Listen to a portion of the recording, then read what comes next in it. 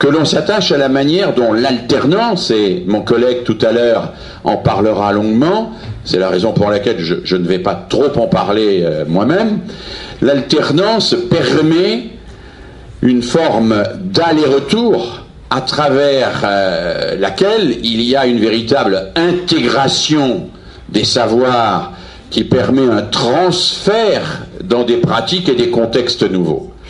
Il y a là quelque chose qui me paraît constitutif de l'identité de la formation et qui me paraît un plus considérable. Alors attention, je n'ai pas dit qu'il n'y avait pas de formation quand il y a une juxtaposition de cours. Simplement, quand il y a une juxtaposition de cours, ne se forment que ceux qui savent faire le lien entre tout ça. C'est-à-dire que ceux qui ont acquis en dehors de nous la capacité de mettre en relation tout ce que nous enseignons.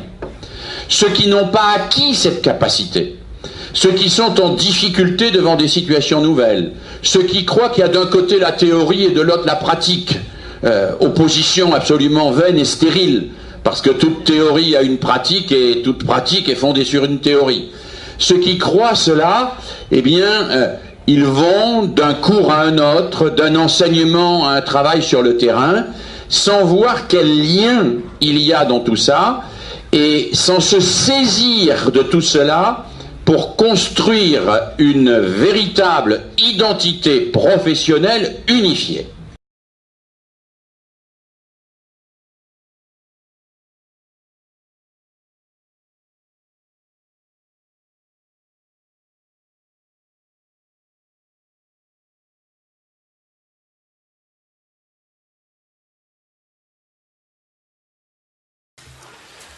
La question du comment n'est pas une question triviale, anecdotique, qui relèverait d'un pragmatisme médiocre. La question du comment est la question qui se pose à nous autres, acteurs. La question du comment n'est pas une manière d'éclipser ou de faire passer au second plan la question du pourquoi, bien au contraire. La question du comment, c'est une façon de relier en permanence les finalités et les modalités. Là où trop souvent, ce qui domine, c'est la juxtaposition. Juxtaposition entre des discours généraux et généreux d'un côté et la médiocrité des pratiques reproduites au moindre coup de l'autre. Nous connaissons tous parfaitement et nous savons très bien pratiquer cela.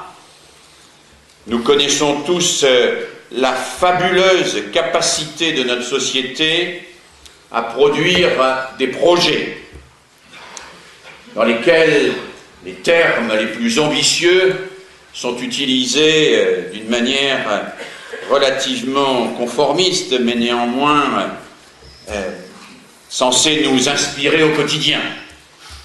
Vous savez, ces projets où on parle de mettre en synergie des acteurs au service de l'autonomie des personnes en relation avec des territoires dans le cadre d'un partenariat élaboré à partir d'un diagnostic co-construit qui permettra, grâce à un comité d'évaluation régulier et des capteurs fins sur le terrain, de récolter les indicateurs grâce auxquels les commissions vont se réunir régulièrement afin de pouvoir envoyer aux acteurs de terrain des informations qui leur permettront d'ajuster au fur et à mesure, ainsi de suite. Vous pouvez remettre une pièce, je suis capable, chacun d'entre vous,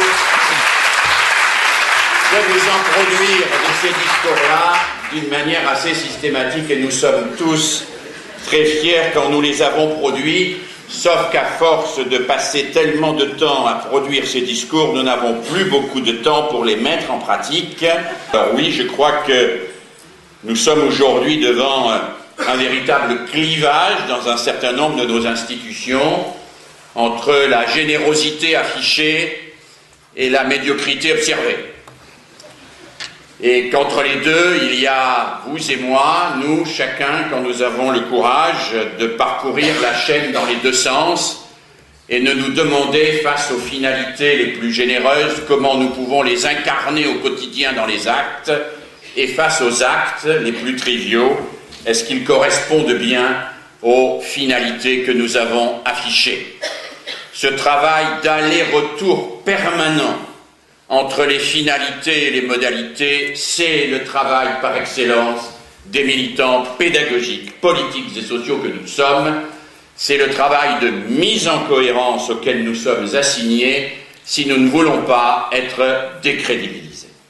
Alors oui, demandons-nous, coopérer, oui, mais comment ?